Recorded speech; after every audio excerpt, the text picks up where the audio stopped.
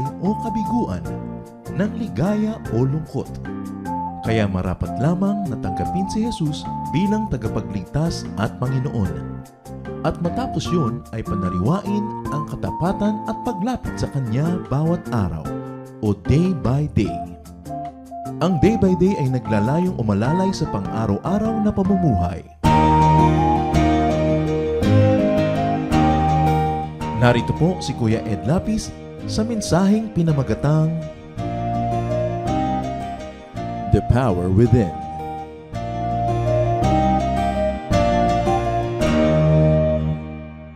God is glorious, Jesus is Lord of Lords, at tayong mga anak niya ay dapat lang na kakitaan ng mga tilamsik at mga refleksyon ng kadakilaan na yon. Kahit pa nga sa panahon na wala tayong mga kasama at katabi sa buhay. Many people desperately seek company and approval and help from others. But this is not always available. Marami tuloy tao ay nalulungkot dahil gustong may kasama, wala naman. Gustong may kausap, wala namang makausap. Gustong merong kapanalig kung minsan nag-iisa. Bilang mga anak ng Diyos na binibigyan niya ng kapangyarihan, we should discover or rediscover the power within.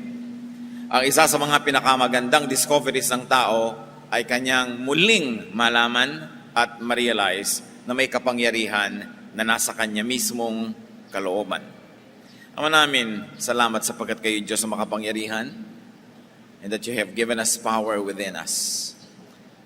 Forgive us our sins, cleanse us from all our iniquities, enable us, God, to see you face to face, to hold your hand, to hear your voice, to learn at your feet, to rest in your shadow, to enjoy our life under your guidance and lordship. Deliver us from all our weaknesses, from all the shortcomings. Forgive us all our sins. And may you speak powerfully, O God. Empower your people as we look at your face. May your light give light into our hearts, into our souls, into our inmost being, that we may be called children of light, children of power, victorious because of you, O God. Speak in power and majesty. Use your servant as your footstool. At sa pakikipagniig namin sa iyo, Panginoon, nawa magpagaling po kayo ng aming mga karamdaman, ng aming mga kahinaan na inyong palakasin, ang aming mga kadiliman ay ibigyan nyo ng liwanag.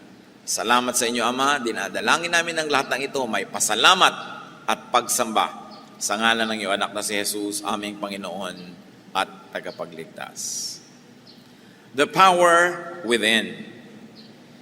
For us to discover the power within, we have to take a look at the awesome you. Ang kahanga-hangang ikaw at ako, na kaya lang naman tayo kahanga-hanga dahil kahanga-hanga ang lumikha sa atin. Each human being is made in God's image. That's a very basic reality. Bawat tao nilikha sa wangis ng Diyos. Genesis 1:27, so God created man in His own image. In the image of God, He created him, male and female, He created them. Each person received and continues to receive. Each person receives life from God. Sa Diyos mismo, diretsyong nagmula ang ating buhay at sa Kanya nagmumula ang patuloy nating ikinabubuhay. Genesis 2:7, the Lord God formed the man from the dust of the ground and breathed into his nostrils the breath of life, and the man became a living being. So hindi lang tayo nilikha ng Diyos sa Kanyang wangis, hiningahan pa niya tayo ng Kanyang Espiritu, at yun ngayon ang buhay na nasa ating kalooban. Each person therefore is indwelt by the Spirit of God. Bawat nilalang, tinatahanan ng Espiritu ng Diyos. 1 Corinthians 3:16, you yourselves are God's temple, and that God's Spirit lives in you. Yan ang nabubuhay sa kalooban ng mga mananampalataya, ang Espiritu mismo ng Diyos, na tayo'y templo, tahanan, kanlungan ng banal na Espiritu. Now, this Spirit that resides in us belongs to God and will eventually return to God. Dahil galing sa Diyos, marapat bumalik sa Diyos. Ecclesiastes 12:7, and the dust returns to the ground it came from, and the Spirit returns to God who gave it. Therefore, each person is wonderfully made. Kung bawat tao ay nilikha sa wangis ng Diyos, binigyan niya ng kanyang hininga at espiritu at tinatarhan ng kanyang espiritu, kung gayon ang bawat tao ay kahanga-hanga ang pagkakagawa. Psalm 139:14, I praise you because I am fearfully and wonderfully made. Kahanga-hanga ang Diyos kung paano tayo niya nilikha. Psalm 8:3-4, when I consider the heavens, the work of your fingers, the moon and the stars which you have set in place, what is man that you are mindful of him, the son of man that you care for him? Ang isa nga naman nag-iisip sa dakilaan ng mga nilikha ng Diyos, mga bituin, mga tala, magtataka tayo bakit sa ating kaliitan at ating kaabahan ay hindi lang tayo pinapansin ng Diyos, minamahal pa tayo. Needless to say, each person is very highly valued by God. Bawat isa, pinahahalagahan ng Diyos. Psalm 139:13, for you created my inmost being, you knit me together in my mother's womb. Psalm 8:6, you made man ruler over the works of your hands. You put everything under man's feet. And Psalm 8:5, God crowned man with glory and honor. Mahirap unawain, kamangha-mangha, na ang Diyos mismo ang lumikha sa kaliit-liitang bahagi ng ating katawan at pagkatao. Ginawa pa niya tayong tagapamahala ng lahat ng kanyang nilikha at kinoronahan pa tayo ng kaluwalhatian na dapat sana ay kanya lang. Psalm 8:5, you made him a little lower than the heavenly beings. Kaunting-kaunti lang ang iniangat sa tao ng mga anghel at ng mga nilalang ng Diyos nandoon sa langit. Ganun na lang ang pag-ibig ng Diyos sa taong kanyang nilikha na kahit nga nagkamali at nagkasala ang tao, lumayo sa Diyos, mahal pa rin niya. John 3:16, for God so loved the world that He gave His one and only Son, that whoever believes in Him shall not perish, but have eternal life. Nilikha ng Diyos ang tao para makasama niya habang panahon. Ang tao ay sumira sa usapan, lumabag sa kalooban ng Diyos, lumayo, nagpakarumi-rumit, nagkasala. Gumawa pa ang Diyos ng paraan para makabalik ang tao. Kapatawaran sa pamamagitan ng sakripisyo at paglilinis ng dugo ng kanyang anak na si Jesus. Romans 5:8, God demonstrates His own love for us in this: while we were still sinners, Christ died for us. Sabi niya, mahirap pa bang maunawaan ang pag-ibig ng Diyos? Nung kayo'y mga makasalanan pa, hopeless, dirty, noon namatay si Jesus para sa inyo. Hindi naman namatay si Jesus nung ligtas ka na eh. Kaya ka nga naligtas, nauna muna siyang mamatay. At kailan siya nagbigay ng buhay sa atin? Nung tayo yung mga anak pa ng kadiliman, nung tayo yung mga marurumi pa. Kaya kung nung ikaw'y marumi, minahalagahan ka na, pinahalagahan ng Diyos, ngayon pa kaya nanilinis ka na ng kanyang dugo? Ngayon pa kaya nasave ka na? Ano ang reaksyon natin doon sa katotohanan na nakahanga-hanga pala ang tao? Hindi magyabang, hindi magmalaki, kasi lahat yun ay bigay lang ng Diyos. But because you are awesome, you should reflect God's glory. Kahanga-hanga ka pala, dapat kakitaan ka ng mga kabutihan ng Diyos. 2 Corinthians 3:18, we all reflect the Lord's glory. In Matthew 5:15, let your light shine before men that they may see your good deeds and praise your Father in heaven. Yung pala't kahanga-hanga ka, gamitin mo lahat yon para mapuri ang Diyos. Hindi para itaas ang sarili at hindi para mang-api ng kapwa. Because you are awesome, you should do God's work. You and I. Binigyan ka pala ng kapangyarihan, katalinuhan, edi dapat gawin mo kung anong naka-assign sa'yo. Ephesians 2:10, for we are God's workmanship, created in Christ Jesus to do good works, which God prepared in advance for us to do. Tayo'y likha ng Diyos. May dahilan ng pagkakagawa sa atin, may dahilan ng lahat ng ibinigay sa ating talento, at merong initinakda na ang Diyos na papel, misyon, gawain para sa bawat isa bago man tayo isilang. Kaya dapat nating luwalhatiin ng Diyos sa pamamagitan ng pagtupad sa kanyang plano. And because you're awesome, respect yourself. Dahil tayo kahanga-hanga, dapat tayo nang unang gumalang sa ating sarili. Hindi itaas ang sarili, igalang ang sarili. Igalang ang ating konsyensya, makinig tayo doon. Igalang ang ating itsura na tayo kagalang-galang. Igalang ang ating tunog na mga namumutawing salita sa ating mga labi ay nakakapagpapuri sa Diyos. Igalang ang ating mga gawa na pagka tinanong kung sinong gumawa niyan, isang mananampalataya ng Diyos ang gumawa niyan, kapuri-puri. Igalang ang ating image.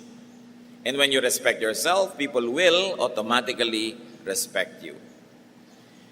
And because everybody else, not only you, not only me, but everybody else is awesome, value others. Dapat nating pahalagahan ang kapwa. Respect people. Give. Give way to people. Appreciate God's glory in them. Philippians 2:3, in humility, consider others better than yourselves. Dapat lang daw tayo magpakumbaba at ituring ang ibang nakahihigit kesa sa atin. Kesa yung kadalasan na baligtad na itinuturing natin ating sarili na nakahihigit sa ating kapwa. Romans 12:10, honor one another above yourselves. Na makita mo sa kanya ang luwalhati ng Diyos, igagalang mo rin siya. Makita mo ang galing at husay ng Diyos, igagalang mo rin ang kapwa. Luke 6:31, do to others as you would have them do to you. Dahil pare-pareho tayong galing sa Diyos, may espiritu ng Diyos, mahal ng Diyos, dapat na kung nais mo, kung paano mo gustong ikaw itrato, ganun mo itatrato ang iyong kapwa. Huwag apihin, huwag kawawain, huwag ubusan ng espasyo at mga pagkakataon sa buhay. Only deep insecurity, low view of self, or lack of self-respect pushes people to be overly competitive or critical or destructive to others. Ang tao na nasa tamang lugar ng puso, matulungin, maibigin, you encourage, and you give way to people. Hindi ka laging nakikipag-compete, hindi mo laging gusto siyang taluhin. Ecclesiastes 4:4, all labor and all achievement spring from man's envy of his neighbor.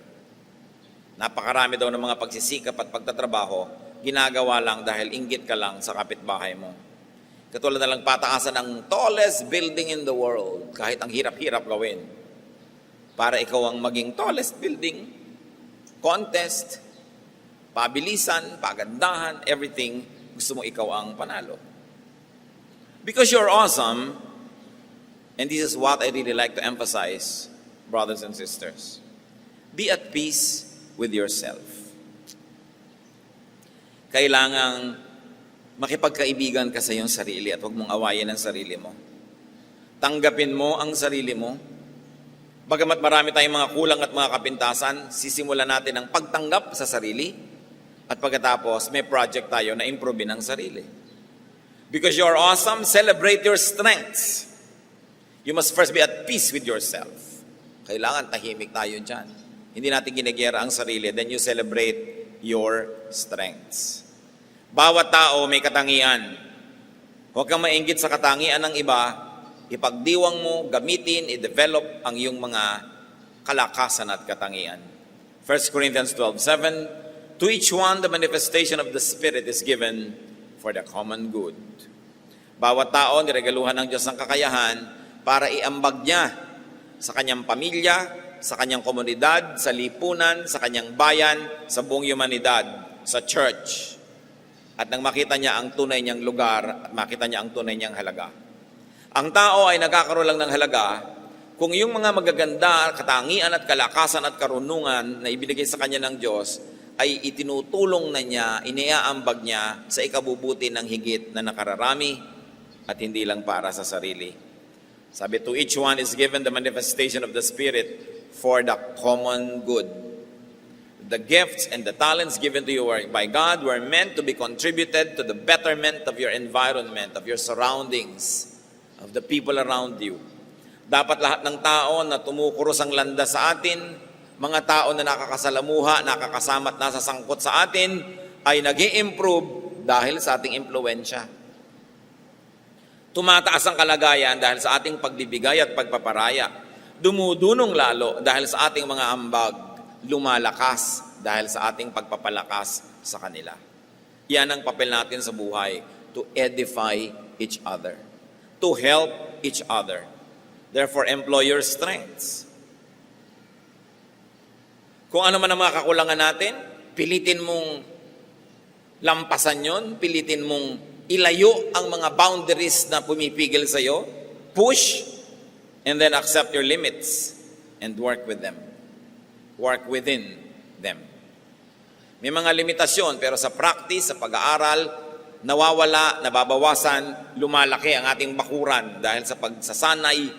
Pero kung talagang hanggang doon na lang, tanggapin mo na yon at pagkatapos, gamitin ang todo sa paglilingkod sa Diyos, sa kapwa, at maging sa paghabol at paghahanap ng mga personal nating mga pangarap sa buhay. Maraming kakulangan ng tao. Hindi lahat ng kakulangan napupunan.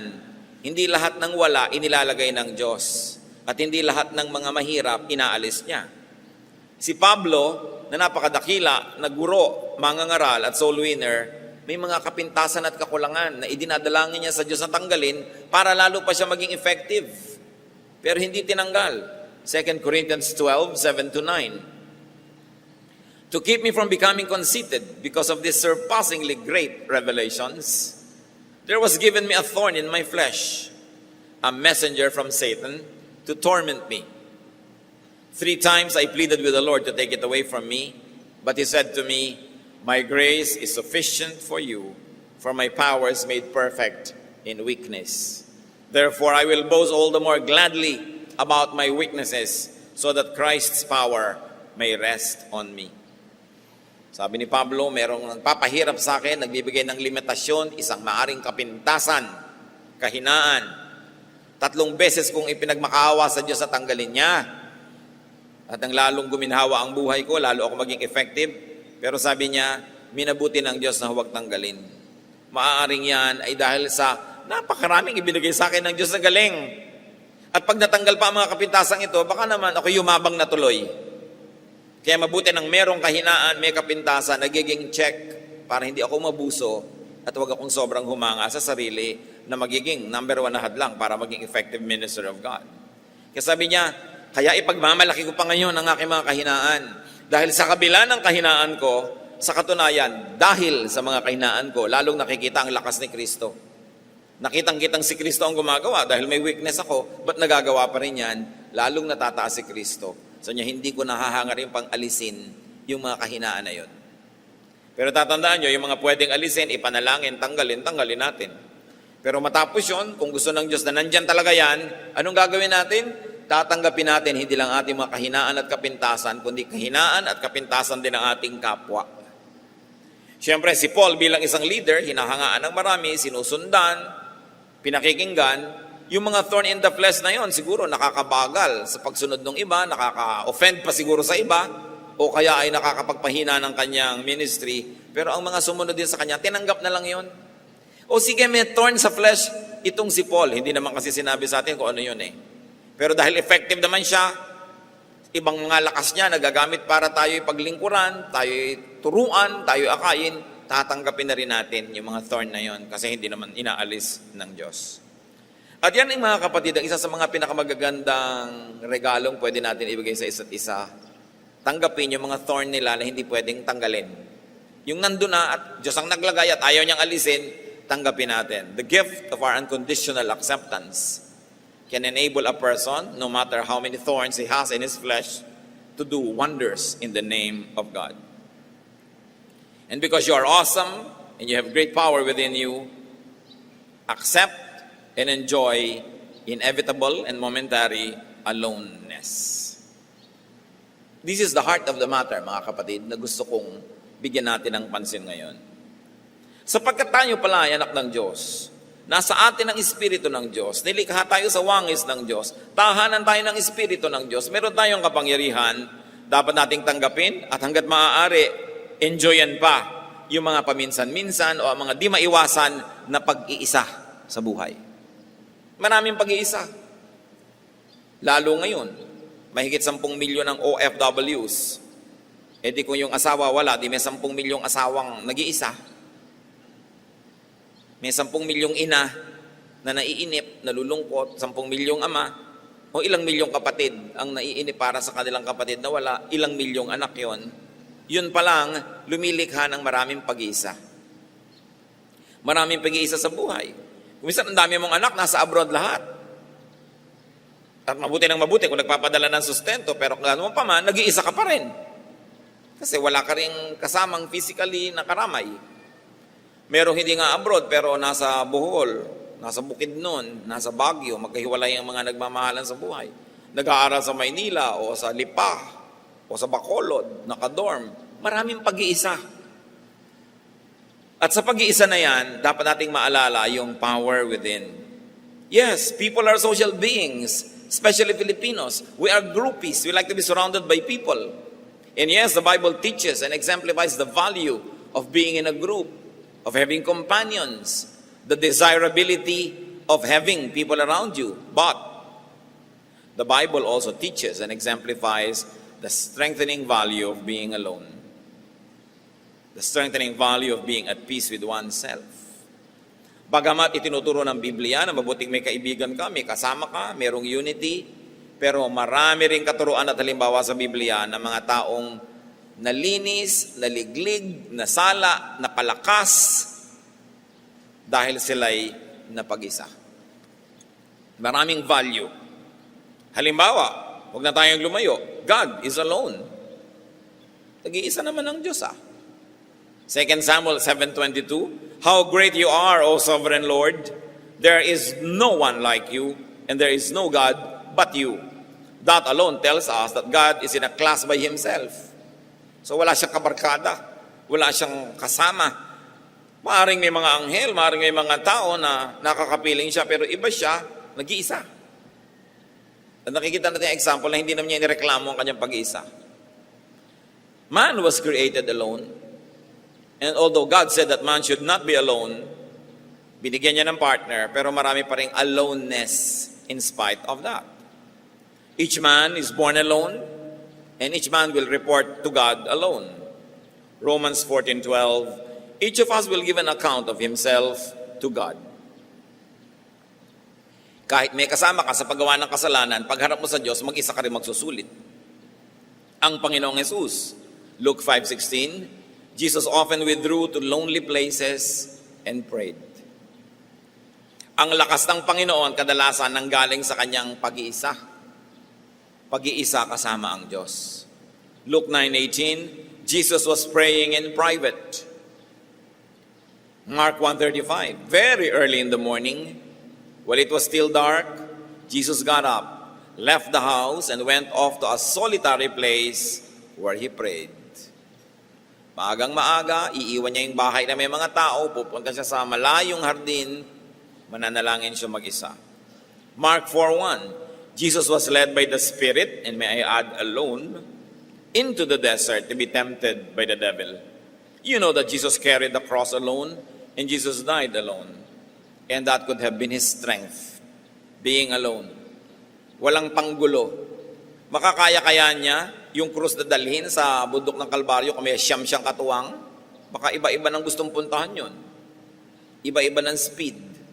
Magagawa kaya niya mga nagawa niya kung marami laging tao? Dahil sa kanyang pag-iisa, nagkaroon siya ng kapangyarihan. Hindi natin sinasabing dapat tayo mag-isa. Maganda yung may kasama.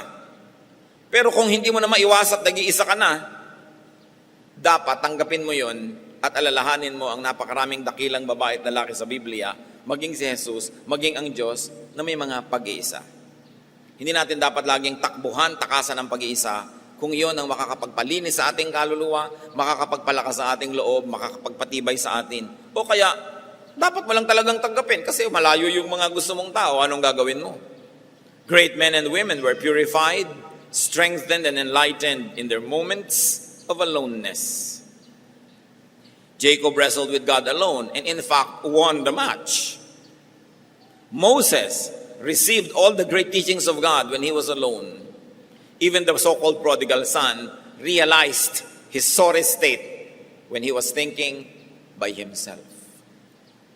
So brothers and sisters, do not always seek and insist on having company.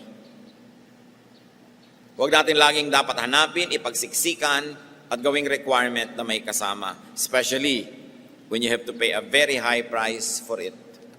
Kung minsan, dahil lamang sa kagustuhan nating magkaroon ng kasama, kahit masama na yung gagawin, sumasama na rin tayo, nakikisama.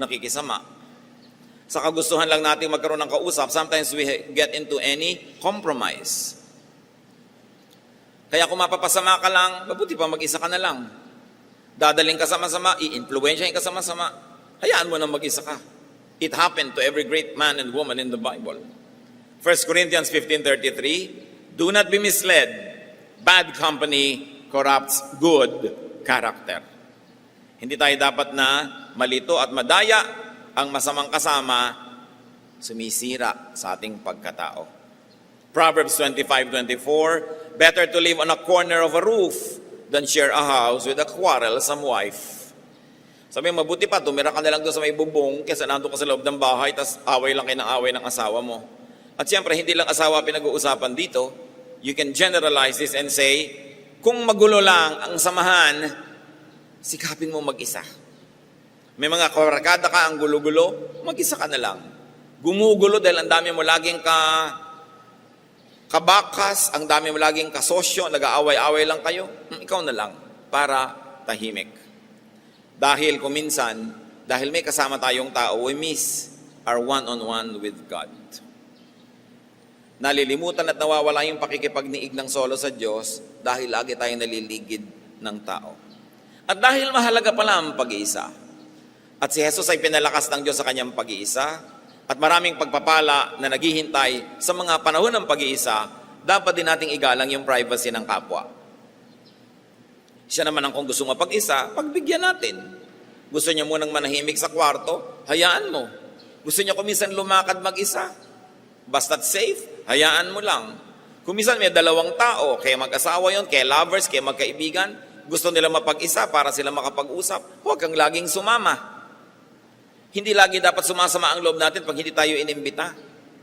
Halimbawa, 3 tayo magkakaibigan, nabalitaan mo yung 2 lumakad, hindi kayo sinama, sasama na agad ang loob mo. Baka meron silang gustong pag-usapan. Lalo't ikaw ang gusto nilang pag-usapan, alangan namang isama ka nila.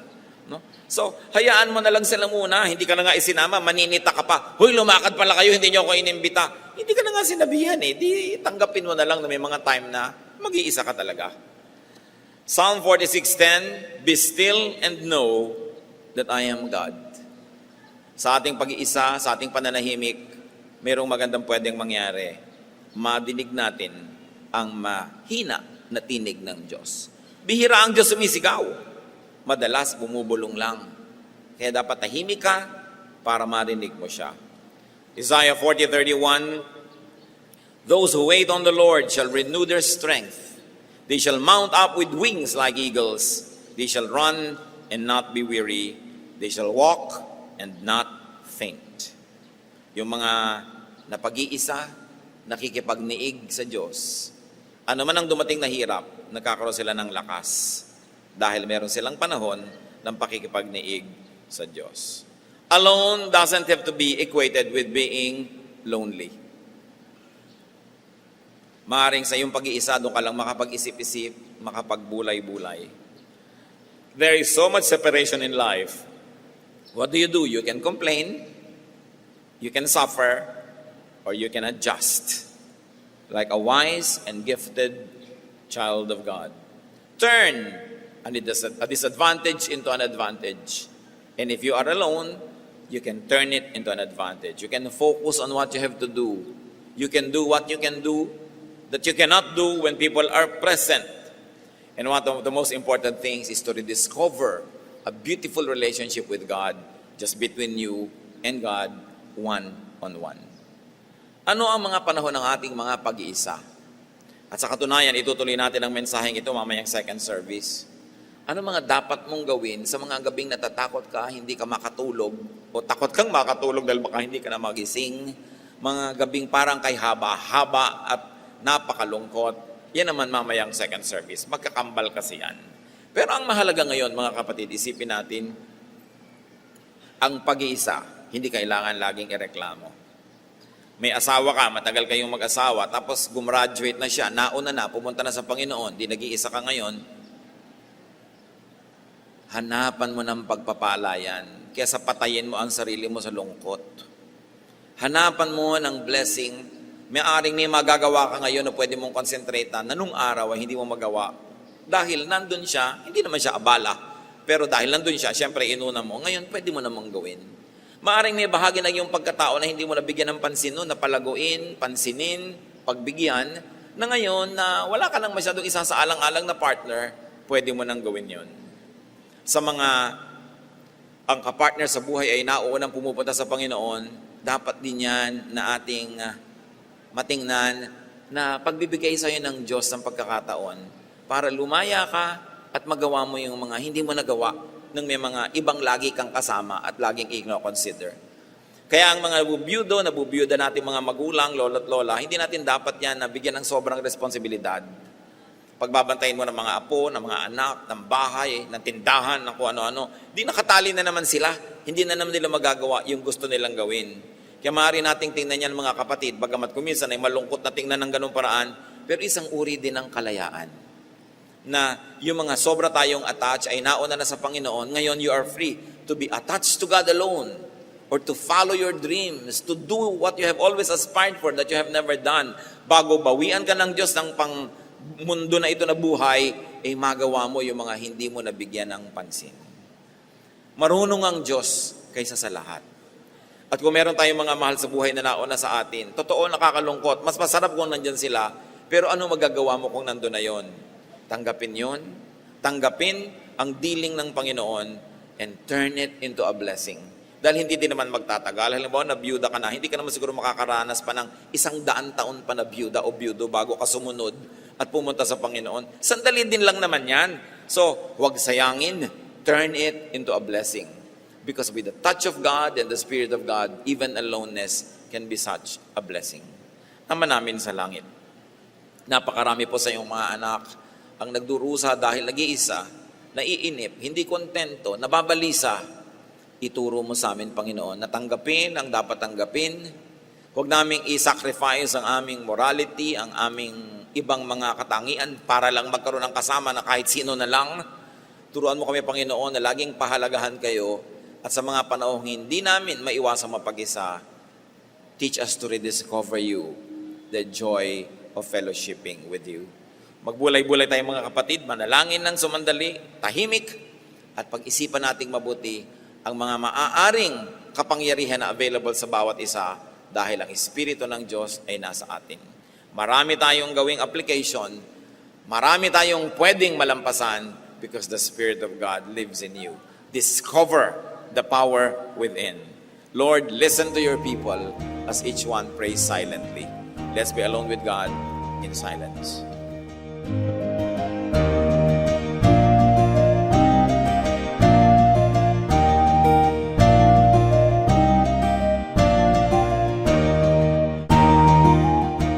Ang katatapos pong mensahe ni Kuya Ed Lapiz ay pinamagatang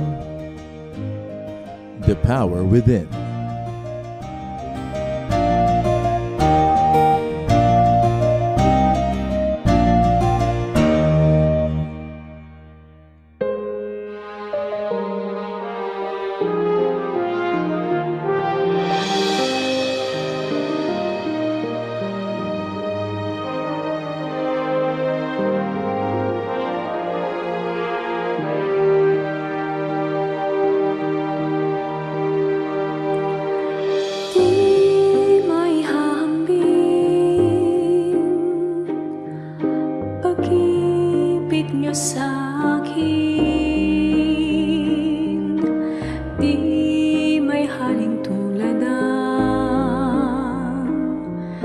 Wagas niyong pagtingin, ang iyong pagmamahal, sadyang walang hadlang, wala sa kalagayan at katayuan.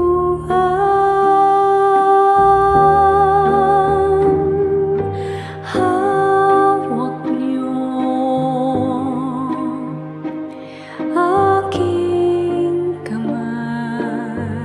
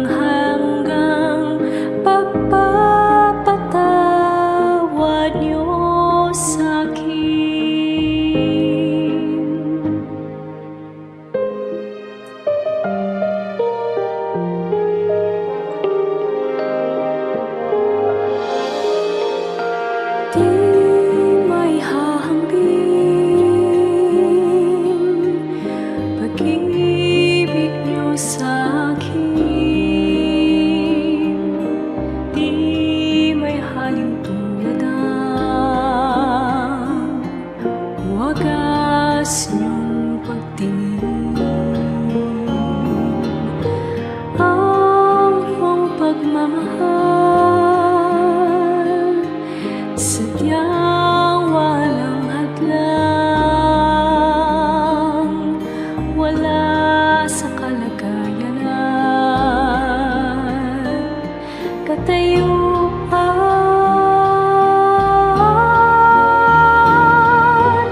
Hawak niyo aking kamay sa tuwing nananamlay,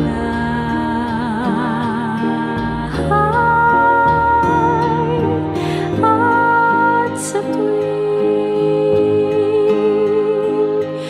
magkamali, walang hanggang pagpapatawad niyo sa'kin. Sadyang di mapigil ang kabutihan niyo,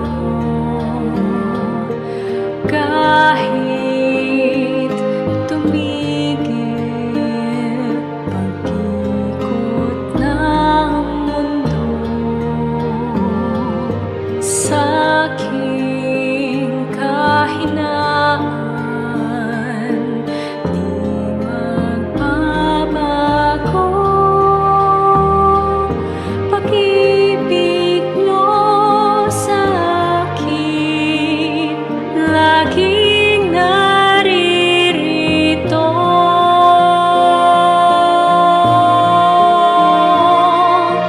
Hawak niyo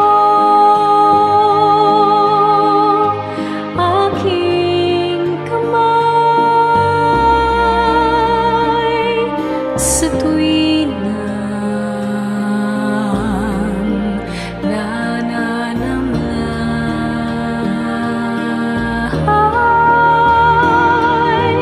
at sa tuwing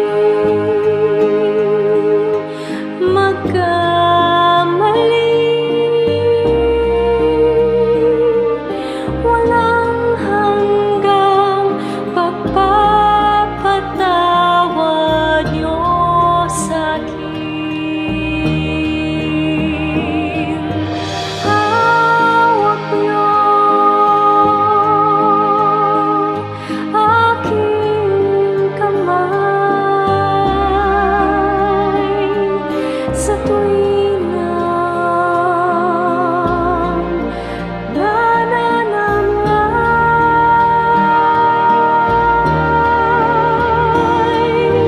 at sa tuwing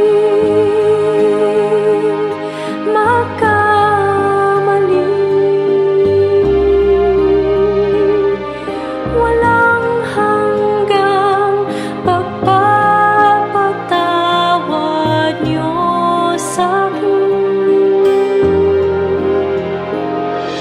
Walang hanggang pagpapatawad niyo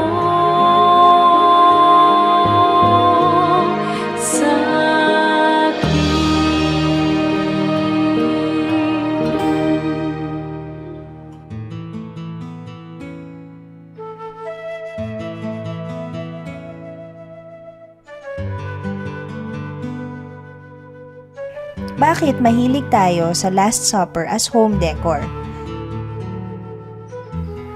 Available kasi yung Last Supper kasi ang dami niya nagtinda, yung buhat-buhat nila ang dami, mag-aalok sila bahay-bahay. Kaya pag nagkaroon yung isa, magkakaroon din ng buong kapitbahayan at saka relihiyoso kasi maraming Pilipino. Kahit sa hapagkainan, gusto lang nakakakita ng mga religious symbols.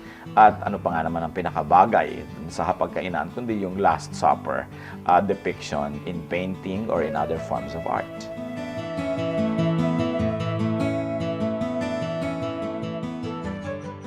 Sa inyo po, Panginoon, lapat itong aking loob na sumilong at pasakop, makisuno at sumukob. Sa tuwing kayo'y lalapitan ay lagi nang gumagabay, taus-pusong lumilingap sa bawat pusong sugatan. Kabutihan yung matapat, bukas palad kung magbigay, kahit ang tulad kong abay, walang patagong anuman.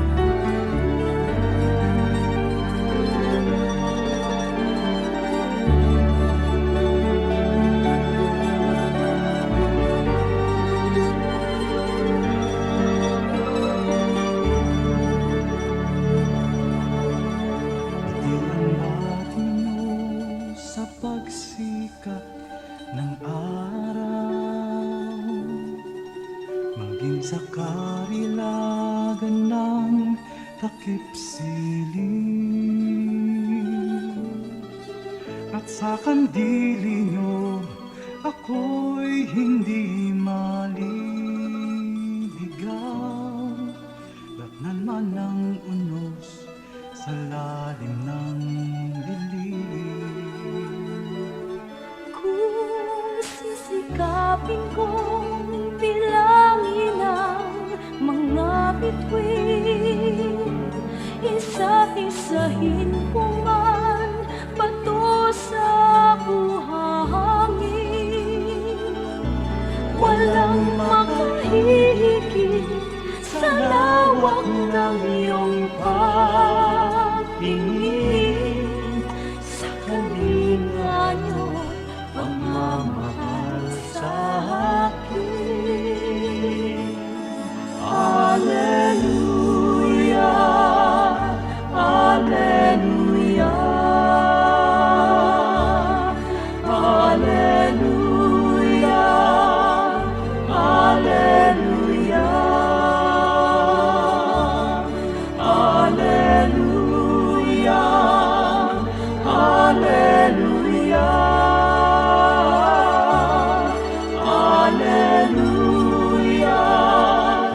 Alleluia,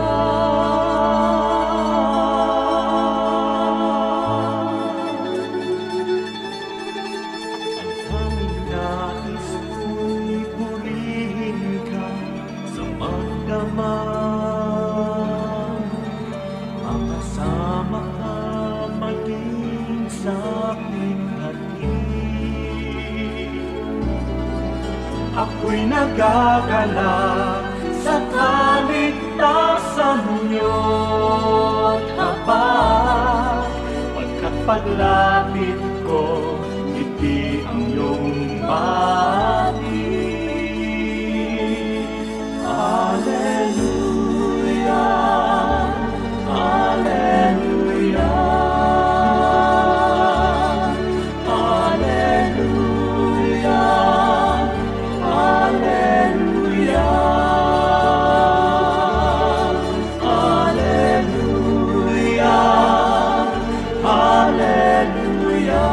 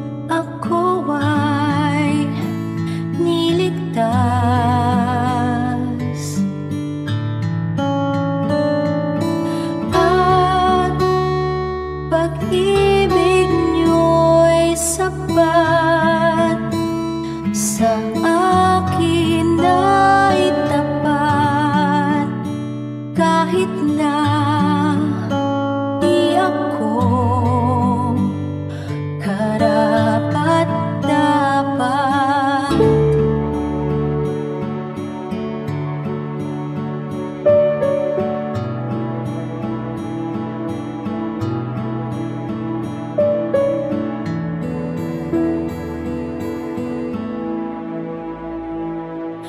Magpakailan pa man, magbawalang hanggan,